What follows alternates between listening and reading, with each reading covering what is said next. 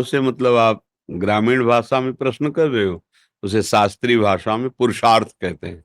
मेहनत को मतलब पुरुषार्थ।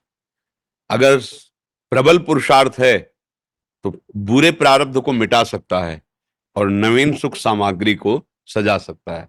पर प्रबल पुरुषार्थ होता है परोपकार। दूसरे के भारी समस्या दुख में सम्मिलित होकर उसको मिटा दो और भगवान का स्मरण करो। इन दो के द्वारा ये प्रबल पुरुषार्थ आपके पूर्व प्रारब्ध को नष्ट कर देगा। जैसे मेहनत बहुत करते हैं और लाभ बहुत कम प्राप्त होता है, और बहुत कम मेहनत करते हैं बहुत ज्यादा लाभ प्राप्त होता है। ऐसे व्यक्ति देखे जाते हैं कि जिनकी दिनचर्या में मतलब भाग्यवश केवल धन आ रहा है, कोई मेहनत नहीं। और एक आदमी है दिन भर मेहनत करता है, 400-500 रुपया, वो भी पूरे परिवार को ठीक से पूरा भोजन वस्त्र पढ़ाई लिखाई सब नहीं कर पा रहा। एक आदमी है कि बिल्कुल कोई ऐसा कार्यरत नहीं है, पर अर्थ की बाहुल्यता उसके घर में, ये पूर्व का जो पुण्य है वो उसे अर्थ प्राप्त करा रहा है। वर्तमान में वो पुरुषार्थहीनता दिखा रहा है। तो जब तक प्रारब्ध भोग है पुण्य का तब तक चलता रहेगा। अब एक है वर्तमान में बहुत पुरुषार्थ कर रहा, मेहनत कर रहा है, लेकिन पूर्व का पाप उसे आगे नहीं बढ़ने दे रहा। अब पहले पीछे का जो पाप है उसे नष्ट करने वाला पुरुषार्थ बने। वो दो प्रकार से होता है। परहित सरिस धर्म नहीं भाई।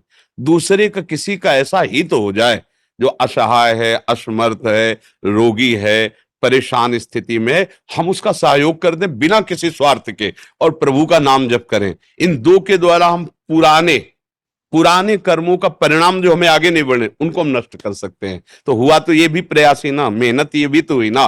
नाम जप करते हुए दूसरों के सुख की भावना में अपने कर्तव्य का पालन करते हुए, तो ये पुरुषार्थ आपके पूर्व प्रारब्ध का नाश कर सकता है। भाग्य से ही सब कुछ मिलता है ऐसा नहीं है, भाग्य भी काम करता है। जैसे बहुत पढ़ लिख करके ग्रेजुएट हुए लेकिन प्रारब्ध इतना बुरा है, नौकरी नहीं मिल रही, तो बेचारे गांव के कार्य कर रहे हैं या छोटी मोटी दुकान कर ली और ऑफिसर रैंक की पढ़ाई किए हुए है। और एक है कि ऐसे घर में जन्मे हैं कि जमींदारी पहले से ही है, और वो न पढ़ने में रुचि न किसी क्रिया में रुचि, लेकिन वो बहुत सांसारिक सुखों को भोग रहे हैं। यह प्रारब्ध देखा जाता है। लेकिन एक है कि बहुत गरीब घर में जन्मा, बहुत मुश्किल से उसके माता पिता ने पढ़ा पाया, पर उसने जी जान से मेहनत की, इतना पुरुषार्थ किया कि वो गांव में सबसे बड़ा आदमी बन गया। ये भी देखा जाता है। जो अपने पुरुषार्थ को प्रबल कर दे तो प्रारब्ध को मिटाया जा सकता है। अगर पुरुषार्थ हल्का हुआ तो प्रारब्ध जोर कर देगा और आगे नहीं बढ़ पाएगा। सबसे जोर का पुरुषार्थ है परहित करना और भगवत स्मरण करना। ये मतलब शास्त्र की एकदम सार बात बता रहे हैं। जिसको संसार में सबसे जल्दी उन्नति प्राप्त करनी हो, ये दो बात पकड़ ले। भगवान से मनावे कि कभी किसी की सेवा का अवसर हमें दीजिए।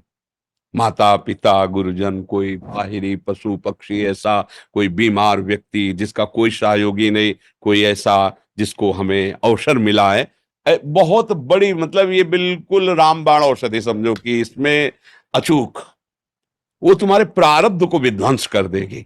जहां तुमने किसी असहाय की बिना स्वार्थ के, बिना कुछ लेने की भावना के और तन मन धन वचन से सेवा की और भगवान का स्मरण किया, ये तुम्हारे पूर्व प्रारब्ध का नाश कर देगा। और जब हम दूसरों का सुख छीनते हैं, ये भी मेहनत है। चोर भी तो मेहनत करता है, न जाने कितना हिम्मत करता है दूसरों की संपत्ति चुराने के लिए, मारपीट सहता है, मारपीट करता है। वो मेहनत करके दूसरे का धन अपहरण करके दूसरे को दुख देने वाली क्रियाएं करता है। तो उसकी ये मेहनत, उसके पूर्व के पुण्य जो जमा है आगे सुख देने वाले, उनका नाश प्रारंभ हो जाता है। पूर्व का पाप और वर्तमान का पाप, ये जब दोनों मिलेंगे तो किसी काम का नहीं कहते मिट्टी में मिल गया, किसी काम का नहीं, सब विध्वंस हो जाता है। इसलिए सदाचरण करो। और ये अंदर की बात कह रहा हूं, हृदय की, दूसरों को सुख पहुंचाने की भावना ले आओ और नाम जप करो, जय को प्राप्त हो जाओगे। परहित सरिस धर्म नहीं भाई। जटायु जी को वो गति, वो दुलार मिला जो महाराज दशरथ जी को प्रभु ले। दशरथ जी वहां प्राण त्याग रहे हैं, भगवान श्री राम वनवास में। जटायु जी ने अपने प्राणों की परवाह न करके सीता जी की रक्षा रावण से करने के लिए रावण पर, महाबली रावण है, आक्रमण कर दिया। और एक बार तो बेहोश करके गिरा ही दिया चोच और पंजों की मार से, और उसके चंद्रहास के प्रहार से पंख कट गए। राम राम राम। देखा भगवान श्याम, गोद में भगवान ने उठाया, और ये भगवान ने एक वचन कहा कि ये मेरी कृपा से नहीं, आप अपनी करनी से ऐसी उत्तम गति को प्राप्त हो रहे हो। भगवान ने एक शब्द कहा, ये आप अपनी करनी से ऐसी उत्तम गति को प्राप्त हो रहे हो। तात, ये मेरी कृपा की बात नहीं, तुम्हारी करनी की बात है। तुमने ऐसी करनी की, तब वहां परहित सरिस धर्म नहीं भाई। अगर प्राण भी चले जाएं दूसरे के हित में तो भगवान को प्राप्त होता है। बहुत बड़ी बात है, हम ऐसा पुरुषार्थ करें कि अपने प्रारब्ध का नाश कर दें।